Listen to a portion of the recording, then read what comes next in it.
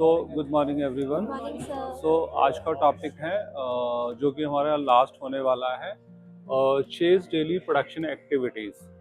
So when all the start हो गया, आपका पीपी मीटिंग खत्म हो गया और उसके बाद आपको चेज करना है daily activity. What is chasing? कि every industry works on time table and और time and action means to make bulk production, we need to make every activity as per the planned date. So as we explained, the TNA is very important. So according to the TNA we have to, हमें वो पूरे dates को, पूरी activities को करना है उन्हीं dates के हिसाब से। If any activity is delayed, then the production will not be delivered on time. तो अगर कोई भी एक्टिविटी आपने डिले कर दिया, चेज नहीं किया ठीक से, तो वो आपका प्रोडक्शन डिले हो जाएगा। Every activity has a target date to start and fulfil. कोई भी एक्टिविटी स्टार्ट भी हो गया लेकिन आपका ख़त्म नहीं हुआ, सपोज आपका कोई एम्ब्रॉयडरी का डेट स्टार्ट का और एंड का कुछ दिया हुआ, बिकॉज एम्ब्रॉयडरी ख़त्म होगा तो ये हमारी स्टिचिंग स्टार्ट होगी, ख़त्म होगी। आई मीन कुछ पीसेस अगर वो वहाँ पे 5 दिन का टाइम दिया हुआ है, अगर उसमें 7 दिन लगा दिया तो 2 दिन आपकी सोइंग खत्म लेट हो जाएगी। देयर आर मैनी एक्टिविटीज, बहुत सारी एक्टिविटीज़ हैं, ठीक है। सैम्पल अप्रूवल, ट्रिम्स ऑर्डर और fabric orders, embroidery approval, cutting start date, size set, PP meeting, in line, final inspection. these major activity has to be met as per the plan date. So ये वाली activities हैं जो major activities हैं जो आपको chess करनी होती हैं, उसके TNA के अकॉर्डिंगली उसको पूरा करना पड़ता है, ठीक है। तो finally chasing to get your production done. जब आपका प्रोडक्शन तभी ख़त्म होगा जब आप प्रॉपर डेट्स पे, और क्योंकि डिलीवरी ऑन टाइम, आपने 90 डेज़ का TNA बनाया है तो 90 डेज़ में वो गुड्स हैंड ओवर हो जाने चाहिए। सो नेक्स्ट चैप्टर है production size set evaluation and bulk cutting approval. Okay, production size set evaluation, आपने सारा कुछ चेज कर दिया तो, लेकिन प्रोडक्शन साइज सेट भी इम्पॉर्टेंट है, बिकॉज इसी के बेसिस पे आपका कोई प्रोडक्शन कटिंग स्टार्ट होता है।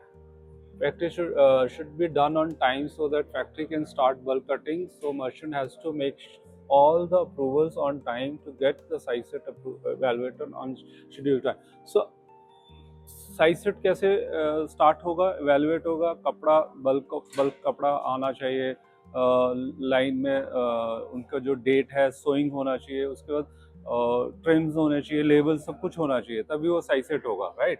Size set is being check for following points. अब साइज सेट किस किस चीज़ों के लिए चेक कर रहे हैं? Cross check all the size specs and make sure that the given grading is correct. So जो भी साइज सेट के पॉइंट्स हैं उनको उनको उनमें सबसे इम्पॉर्टेंट है आपका ग्रेडिंग स्पेक्स, ग्रेडेड स्पेक्स। क्योंकि अभी तक आपने पीपी एक साइज में किया, अब आपके पास 5 साइज हैं, एक्स्ट्रा स्मॉल से लेके एक्स्ट्रा लार्ज तक। तो मीडियम में आपने साइज बनाया तो उसकी ग्रेडिंग ठीक है, फैक्ट्री ने पैटर्न ठीक ग्रेड किया है, स्पेक्स ठीक आ रहे हैं, तब आपके QC आप उसको गो हेड करेगा। Make sure the PP comments are followed.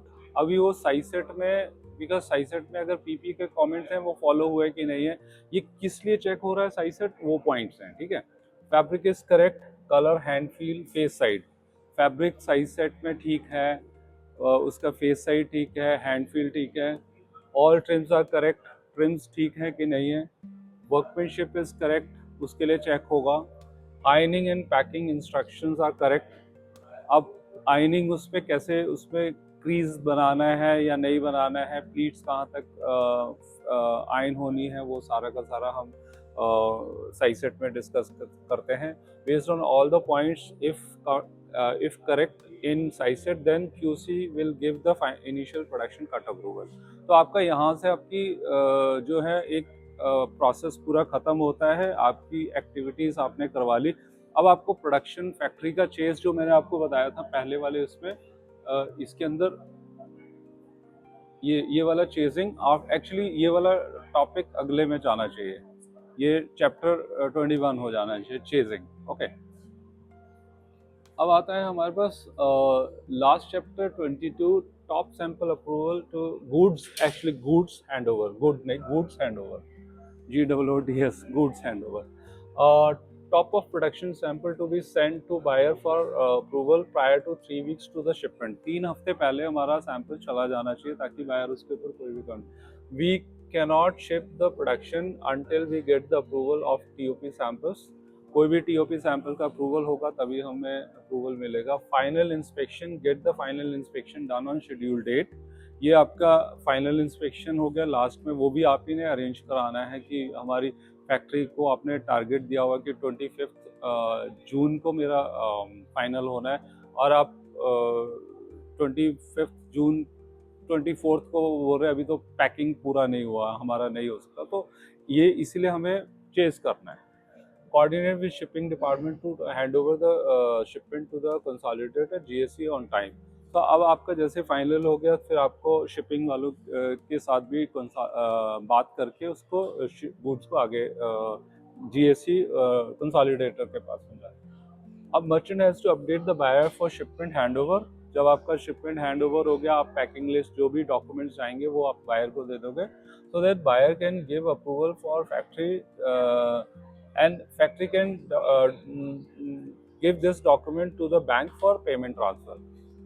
Factory को तभी बायर से अप्रूवल आएगा, फिर वो लेटर्स लेके फैक्ट्री जो है बैंक में अपने डॉक्यूमेंट्स डाल देते हैं, तो उनका पैसा फिर वहाँ से ट्रांसफ़र हो जाता है. सो दिस इज़ हाउ हमारा मर्चेंडाइजिंग डिपार्टमेंट का प्रोसेस काम करता है एक मर्चेंट के पूरे. तो आई होप नितिका को सारा समझ आ गया होगा, है ना. चलिए, कोई क्वेश्चन कुछ? चलिए ठीक है, प्रोसेस